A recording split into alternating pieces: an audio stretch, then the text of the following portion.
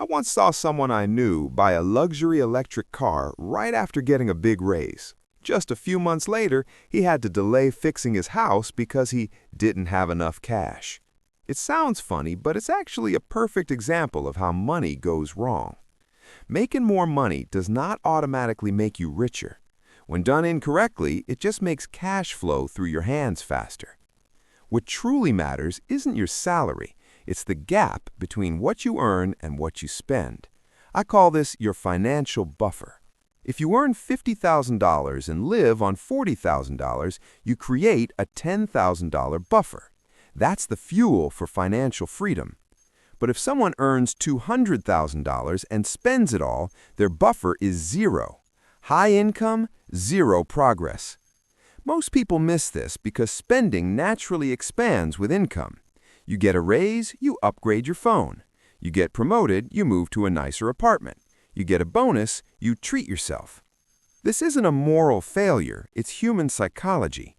But the result is the same. You work harder, feel more pressure, and move no closer to freedom. In reality, the average American saves less than 5% of their income. And that percentage barely changes whether they earn $30,000 or $300,000. Income rises, but retention stays flat. That's like running a company with massive revenue and razor-thin profit margins. One small shock and everything collapses. The three biggest leaks in your financial buffer are housing, cars, and food. Cars are a massive trap. Many people spend hundreds of thousands of dollars over their lifetime on rapidly depreciating assets. If you keep your car longer and buy based on function instead of image, you can save hundreds per month without sacrificing quality of life. Housing works the same way. When income increases, people allow themselves to live more expensively. Fixed costs rise faster than income. They get nicer homes, but weaker financial foundations. The goal isn't to live miserably. It's to lock major expenses at reasonable levels and refuse to let them grow with your income. Eating out is another silent drain. Simply cooking at home a few extra nights per week can create thousands of dollars in surplus each year. Controlling expenses is defense, but the real power comes from offense, increasing income without upgrading lifestyle. This is the strategy I call the invisible raise. When you get a raise or extra income, don't let it enter your spending habits. Send it directly into long-term savings or investments. Psychologically, your life stays the same. Financially, your buffer expands rapidly.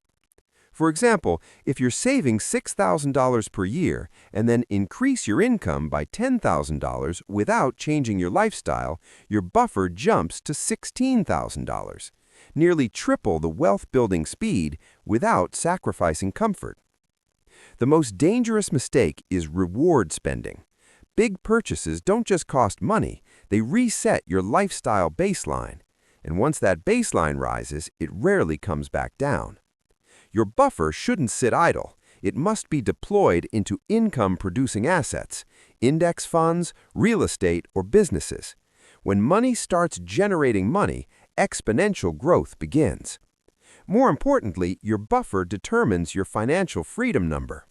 If you live on $40,000 per year, you need roughly $1 million invested to never work again. If you increase spending to $80,000, your freedom target doubles. That's why many high earners stay trapped in the workforce, while disciplined middle-income earners escape earlier. Your buffer creates options. It reduces dependence on every paycheck. It allows you to leave toxic jobs, explore new paths, or rest when needed. But right now, most people are growing someone else's buffer. Banks, lenders, landlords. They work hard to pay interest, payments, and bills, while their own buffer stays near zero. Businesses can't survive on 2% profit margins, yet we accept 2% personal savings rates as normal.